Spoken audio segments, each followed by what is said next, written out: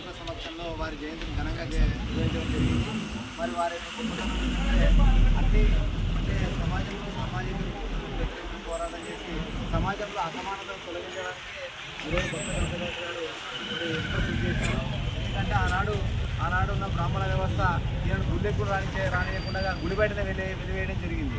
అంటే హంపిలో ఈయన ఉడిపిలోని హంపి పుణ్యక్షేత్రంలో మరి ఆ రోజు కృష్ణ భక్తులుగా కృష్ణుని కొలుస్తూ మరి దేవుని మొక్కడానికి పోతే కూడా అక్కడ ఉన్న బ్రాహ్మణులు నువ్వు కింది కులాల వ్యక్తివి, నువ్వు అంటరాని వాడు, నువ్వు గుళ్ళెకి రాకూడదని నిషేధించి ఆ రోజు గుడి బయటనే మొక్కుతూ ఉంటే మరి భక్తుడే ఆయన శ్రీకృష్ణుడే ఆయన భక్తికి మెచ్చి ఆయన అంటే కిటికీ వైపు నిలబడి ఉంటే కూర్చొని ఉంటే ఆ కిటికీ వైపే శ్రీకృష్ణుడు తిరిగి దర్శనమిస్తాడు.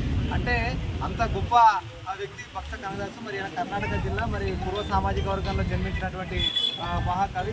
తన కీర్తనల ద్వారానే ఆ సమాజంలో ఉన్నటువంటి అసమానతను తొలగిస్తూ రుగ్మతను తొలగిస్తూ సమాజ చైతన్యం కోసం పోరాటం చేసినటువంటి కవి నాయకుడు. మరి మన భక్త కనకదాసు గారు జయంతి సందర్భంగా ఈరోజు మనం ఇక్కడ అందరూ మన కులస్తుల మధ్య మరి అందరూ కూడా ఇక్కడికి అన్ని కులాల వారు కూడా వచ్చి సంపన్న వర్గాలు కూడా వచ్చి ఇక్కడ ఈ జయంతి వేడుకలో పాల్గొనడం చాలా సంతోషకరం. కాబట్టి ప్రతి ఒక్కరు కూడా అంటే దేశంలో భక్త కనకదాసు ఇవాళ ప్రధానమంత్రి కూడా భక్త కనకదాసు జయంతి చేస్తూ ఉన్నారు. అంటే దేశానికి ఆదర్శంగా ఉన్నటువంటి భక్త కనకదాసు అంటే తన సంకీర్తనలో తన భక్తి తన పరవశించే విధంగా ఈరోజు దేశమే మెచ్చుకునేటట్టుగా ఇవాళ అన్ని దేశంలో ఉన్నటువంటి గొప్ప వాళ్ళు కూడా ఇవాళ భక్త కనకదాసు జయంతిని వేడుకల సందర్భంగా వారిని స్మరించుకుంటారంటే వారి యొక్క గొప్పతనం. మరి వారు మన కులంలో పుట్టిన మనం అందరం అదృష్టంగా భావిస్తూ మరి అవకాశం ఇచ్చినటువంటి ప్రజలందరూ నమస్కారం తెలియజేస్తూ